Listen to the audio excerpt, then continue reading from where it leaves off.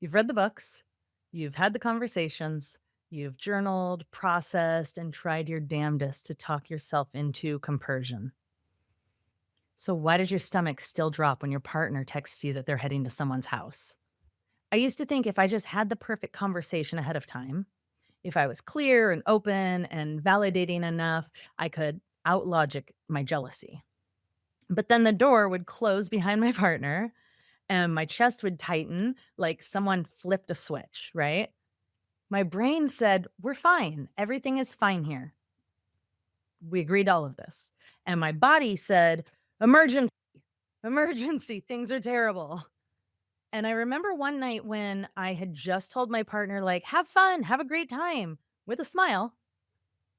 And the moment that they left, I crumpled onto the couch in tears, tightness in my chest, my stomach hurt. I knew logically that we were okay, but my body did not believe me. And if that resonates for you, then this episode is for you. Today, we're going to talk about why jealousy and polyamory doesn't mean there's something wrong with you, and why trying to logic and explain your way out of it might be making it a little bit worse.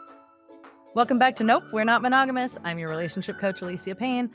And today's episode is one that I know a lot of you have been waiting for, because we're talking about something that a lot of polyamory spaces don't talk about honestly. And it's why you can't just talk your way out of jealousy, even when you've done all the work, right? So, in this episode, we're going to talk about why jealousy is a nervous system issue, not a logic problem, what actually helps, and it's not about more communication. I'll answer some listener questions that have come in about jealousy and compersion, and I'll guide you through a breathwork practice that you can use in real time when that spiral hits. Trust me on this. Let's go. Okay, you know that you're loved. You know jealousy is quote unquote normal. You've had all the right conversations, but it still hurts. It still leaves you feeling really gross, right? So here's a lot of what happens. You feel a twinge of jealousy. You immediately judge yourself for it. You suppress it because you think that you should be past this. And then you disconnect from yourself, from your truth, from your partner. And then the loop continues and spirals and gets worse and worse, right? Like, we don't just feel jealousy, we feel ashamed that we feel jealousy, right? Ashamed for not being like evolved enough or grown enough or secure enough, for not being a picture perfect, compersion filled poly person. Or maybe you're not polyamorous. Maybe you're a swinger and you're like, I'm supposed to be turned on by watching my partner with someone else, but I'm not. Because we're all wired a little bit differently, right? You're not failing at non monogamy. You're not failing at polyamory. You're not failing at being a slut. You're just missing a piece of the puzzle. And it's the one that a lot of books don't cover, a lot of people don't even talk about. We live in a growth culture. We live in a culture that really celebrates, which is good, personal growth. But sometimes it gets used against us. Sometimes it's too extreme, right? Our growth culture tells us that like we should be better by now.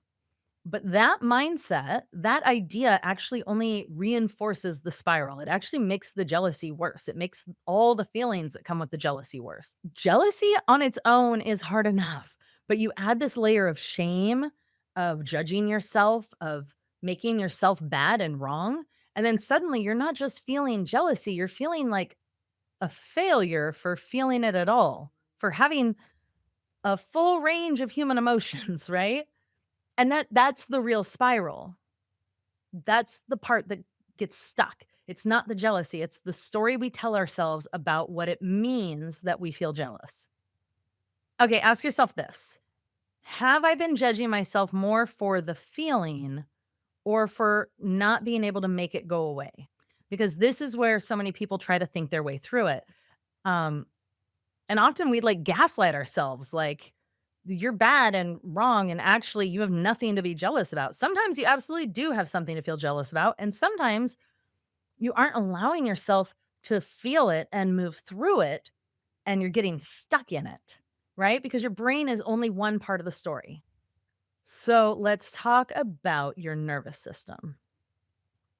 When we talk about jealousy, we're really often talking about the body's response to a perceived threat, to rejection, abandonment, loss of control. And that's your nervous system doing its job. You know, your nervous system is designed to keep you alive and designed to keep you safe. And it wants to do that with the least amount of work possible, right? And so when you have this perceived threat, something is being taken away from you, a sense of safety being taken away, or the anxiety of what could potentially go wrong. Your nervous system is just like, get to safety as fast as possible, whatever that looks like. Security, stability, control. So many things that we do, right? But the catch is that understanding it intellectually doesn't equal somatic body-based nervous system regulation, right? And a lot of us, we read the books, we listen to the podcasts, we fill out, do the journaling, right? We're being very logical, trying to talk ourselves through. Like, I see all the proof that my partner loves me. I see all the proof that I'm not being abandoned. Sometimes you don't see that proof. That is also valid, but that's not what we're talking about here. Okay. Or maybe you see a little bit of that proof, and being able to somatically in your body, in your nervous system, regulate before you get triggered. That is the key, and the intellectual understanding isn't gonna get you there, right? So you might know logically that your partner loves you, but if your nervous system feels unsafe, your body's gonna react as though something bad is definitely happening. Your body is gonna respond as though this emotion you experience is a fact, is data, and it's not, right? You can't talk your way out of a felt experience. You have to feel your way through it. For example, imagine you're trying to tell a scared child that there is nothing to be afraid of while they're shaking and crying.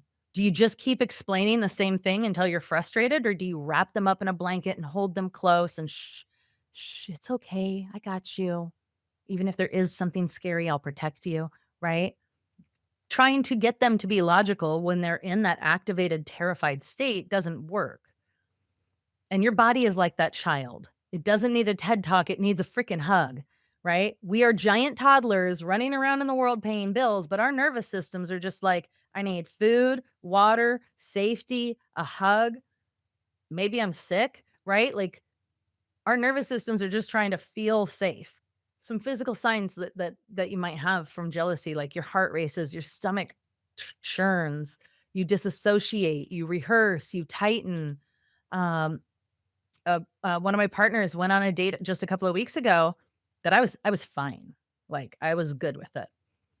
And at one point, I started to feel panicky. I started to feel anxious. My stomach was I had butterflies in my stomach. My throat was getting tight. My hands get cold. That happens to me. My hands get cold.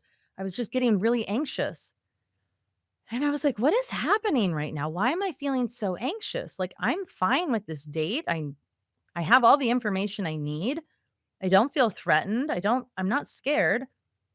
Oh, this is just my nervous system remembering how it used to react to jealousy. So it was like a shadow of that jealousy. But then my brain started actually looking for a reason for what I was feeling. My brain started telling me, well, what if? What if he's never going to talk to you again? What if this is the moment that he falls in love with this new person on their second date and realizes that you're the worst ever? Like just my brain started giving me the most ridiculous things, which then started making me feel more anxious, more jealous, more insecure. It was like spiraling. So my nervous system just had this sensation, and my brain started putting stories to it with no facts, no data. It was a wild experience to be able I've been doing this work for so long to be able to kind of step back and watch what was happening in real time. And then I went to my tools, the tools that I know work that I've been doing for a decade. I was doing my nervous system regulation, and I never hit that triggered state that I used to. I used to get really triggered, really activated to where like I could barely function. I was so activated. And that didn't happen. I was able to like breathe through it, support myself, Telling yourself like I was, I started going, "Oh, that's not true. That's not real. You don't know that." That didn't help actually. But going, "Alicia, I've got you. I'm never going to leave you. I love you. I'm not going to abandon you." Doing breath work, putting on music that I enjoyed, moving my body. Like I just went to the tools that I know work for me and it helped so much. So seriously, like if you're experiencing this, you're not broken, you're activated. Your nervous system is activated. And it's really tricky because we've been told or we've been taught to talk over those signals, especially in polyamory spaces. Like we're managing so many different things. Like we're trying to learn things. We're trying to be good with different parts of relating that we've never been taught. We're learning them. Okay, let's talk about the myth of the emotionally bulletproof polyamorous non-monogamous person, right? So this is the person that looks like these are the people you admire, the people you see. Maybe it's me, maybe it's someone else. They're always secure, they're never jealous, they're totally unbothered. They're all compersion all the time. Okay, I will tell you that does not describe me. But I've had enough of you tell me that that's what they think about me, and it's not true. And it's probably not true about most of the people you know, right? There's so much pressure. There's so much pressure in non-monogamous spaces to look like we've got it together, to be cool, to say, have fun, babe, even when your body is like screaming inside. I used to say, have fun with a tight smile, but inside I was absolutely crumbling. And because I didn't wanna be that partner who made things harder, who made things complicated, I would just push it down. Like, I can manage this. It's fine. It's not a big enough deal to inconvenience my partners, right? But the thing is that your body always keeps the receipt. The feelings don't vanish. They just wait. They're just waiting down there. They're waiting for you to feel them. They're waiting for you to notice them. They're building up. And when we fake it, we're not regulating, we're masking. And that leads to long-term resentment, dysregulation, and disconnection from your truth and your partners. Okay, I want you to reflect on this. How often are you performing okay? Are you pretending to be okay because you think that's what you're supposed to do? You think that's what love looks like in polyamory or non-monogamy, any kind of non-monogamy, right? So let me ask that again. How often are you performing okay, performing I'm fine because you think that's what you're supposed to do? What if you didn't need to perform chill? You didn't need to pretend to be cool because you actually felt safe in your body.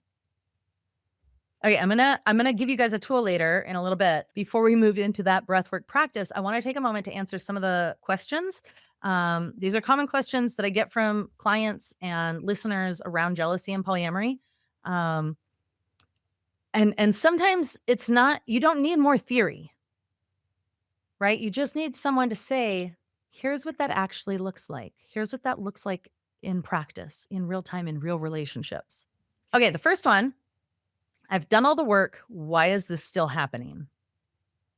And this is one of the number one things I hear from folks that are deep in this, like personal growth, inner work, self-love, non-monogamy, unwinding the monogamous conditioning that we've all been raised in.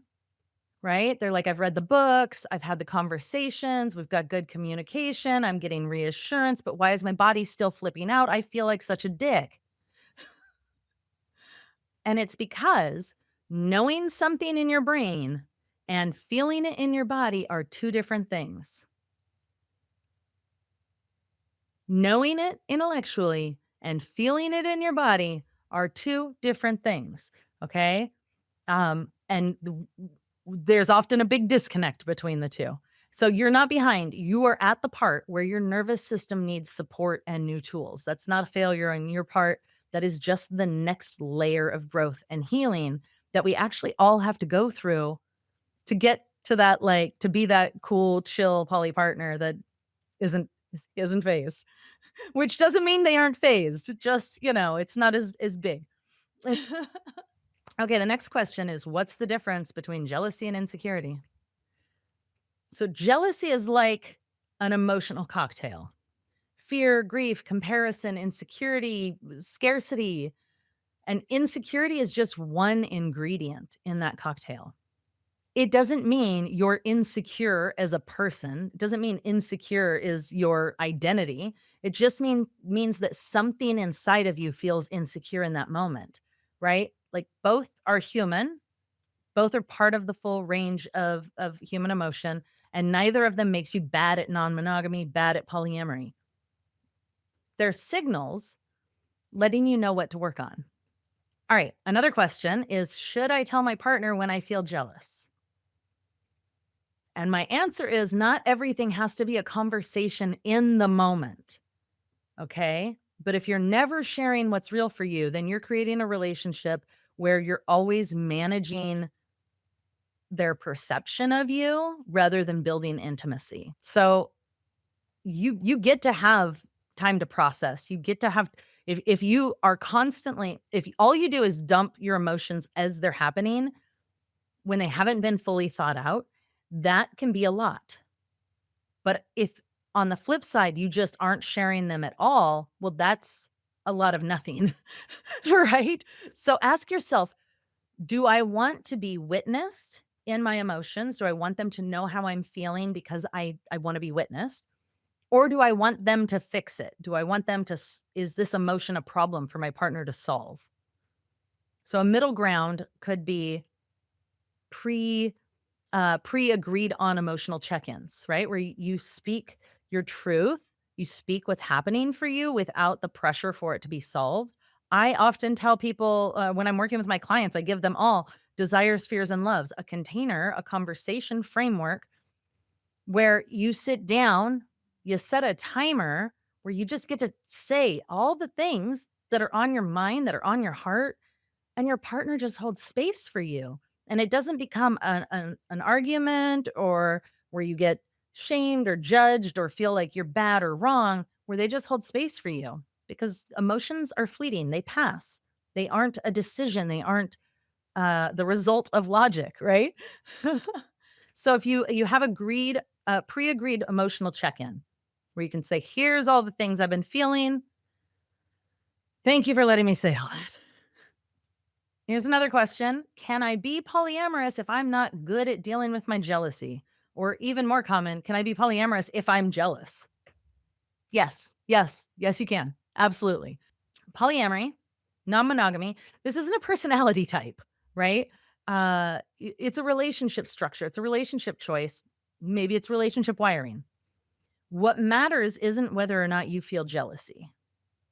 What matters isn't whether or not you feel jealousy, envy, insecurity, fear. It's how you respond and act when you feel them. The emotionally bulletproof polyamorous person is a myth. Safety and clarity matter far more than perfection, than getting it just right. So yes, you can be jealous and polyamorous. You can be jealous and non-monogamous. You can experience jealousy. It's an emotion. It's not who you are. I tend to be very jealous and possessive through my whole life. I'm a freaking Scorpio. Uh, I know Scorpios who don't experience a lot of jealousy, but I do. That doesn't make me bad at polyamory. I'm actually really fucking good at it because I know how to regulate my emotions. I know how to support my inner system. And then I want to answer a question about breathwork because I use breathwork a lot as a tool for myself, and I give it to all of my clients. So the question is, what if breathwork doesn't work for me? And that's fine. That's normal, even, especially if you've experienced a lot of trauma in your life. It can feel like a lot at first. So if that is the case, then try something gentler, right? Just orienting to your space, orienting to your surroundings, w- noticing the walls around you, the floor, the ceiling, the doors, the windows. Um, Sigh audibly. Or just placing a hand on your chest and feeling the rise and fall of your breathing or your belly or hugging yourself. These are all somatic things that help your nervous system regulate. Okay, this is not about like one tool to rule them all. Okay, this is just you want to build somatic trust slowly, building trust in your nervous system. And breath work is just one of the tools we can use for that. So let's talk about this tool, breath work, that actually helps. It really works. And I know it might sound a little bit simple at first. Like, okay, breathing, great. That's your big solution. Thanks. I do it all day long. I'd never stop. But like, stick with me, okay? When you are starting to spiral into jealousy, your brain goes into overdrive, looping, analyzing, trying to preempt and prevent pain. It wants to solve the discomfort. It wants to find something to control to keep you safe. But jealousy isn't a problem to solve, it's an emotion to move through. Emotions do not live in your mind, they aren't logical, they live in your body. And breath work gives that emotion somewhere to go. It helps break the cycle of overthinking and gently invites your nervous system back into safety. So, on a physiological level, breath work is doing a lot of heavy lifting. It stimulates your vagus nerve, it's the main highway of your parasympathetic nervous system. It helps to regulate your heart rate. It rebalances the oxygen carbon dioxide exchange in your bloodstream, and it shifts you away from fight or flight and into a calmer, more grounded state.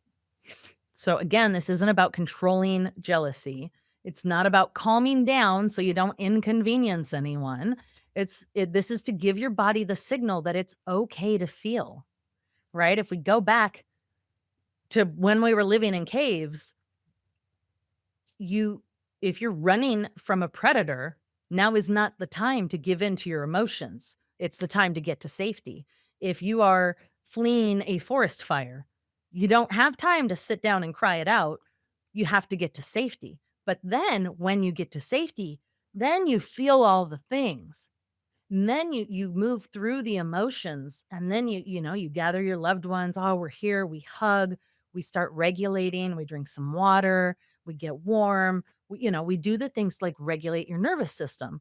And everything that we are experiencing now, jealousy, insecurity, fear, all of that is created by a brain that thinks we're still living, and a nervous system that thinks we're still living in caveman times, right? Because we just don't evolve as fast as we can build skyscrapers, or as fast as AI is created. So this is a tool to help give your body a signal that it's okay to feel. You are safe enough to feel what you're feeling and move through it rather than be stuck in it. I know one of my clients told me that breath work didn't make her jealousy disappear, but it did give her enough space to witness it without spiraling. And that for her changed everything. And that for myself as well. It's like I was saying when I went on a date, or nope, not me, when my partner went on a date a couple of weeks ago and I was feeling really anxious.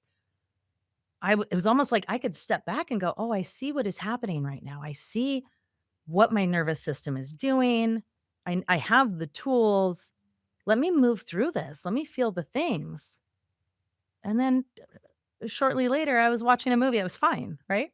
So when you stop fighting the feelings, when you stop layering judgment on top of your pain, then the emotion begins to move. And that movement is where magic happens. So just keep this in mind. Talking helps the mind, talking helps the brain, breath helps the body.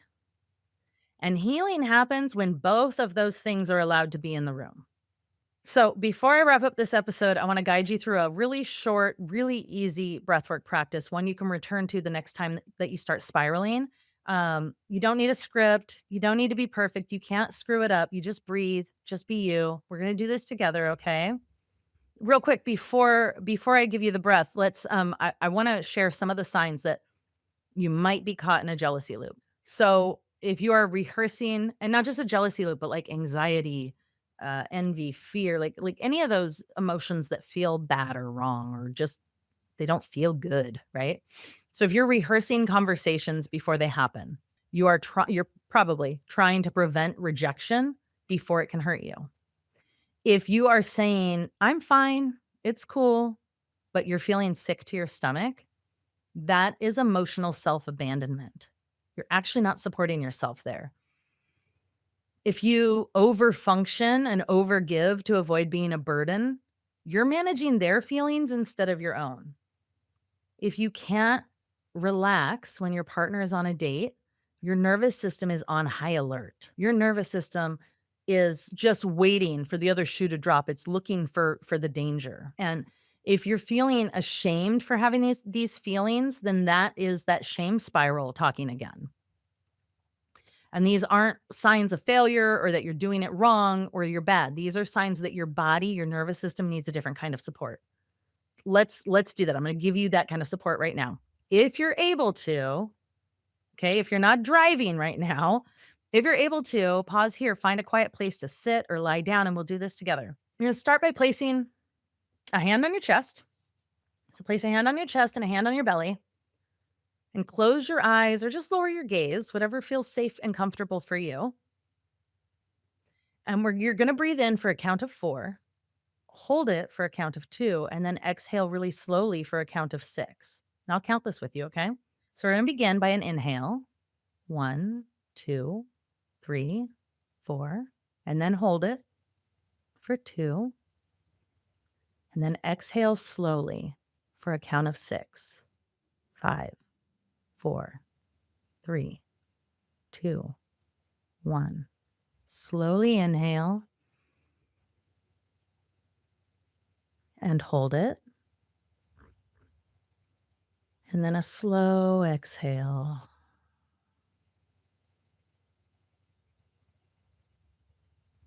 And inhale again. 3, 2, 1. Hold it.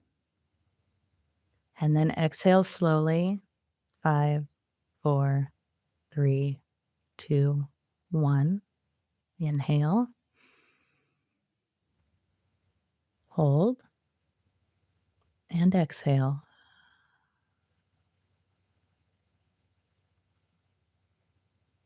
Inhale slowly. 3, 2, 1. Hold it at the top. And slowly exhale. 3, 2, 1. Inhale. This is the last one. Hold it at the top. And then slowly exhale. Maybe let out a sigh with it.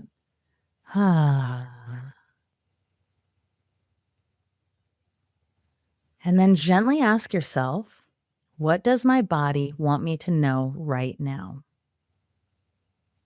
And don't force an answer. Don't look for the right answer. Just notice what comes up. What does your body want you to know right now? And that is your internal voice that's been waiting for space, that's looking for acknowledgement. And let's carry that softness, that gentleness into our clothes. And you can do that little cycle there, that breath, as much as you want. You can do it literally anywhere. You can do it in your car. You can do it in the bathroom. You can do it at your office desk. You can do it during sex. I mean, literally, you can do it anytime. So I want to remind you, you're not weak or wrong or bad for feeling jealous. You're not failing if you need support. You're not broken. You are beautifully human, and you're navigating a really complex emotional landscape. And you can be deeply committed to your own growth and still feel jealousy. You can be an incredible polyamorous partner and still need nervous system support.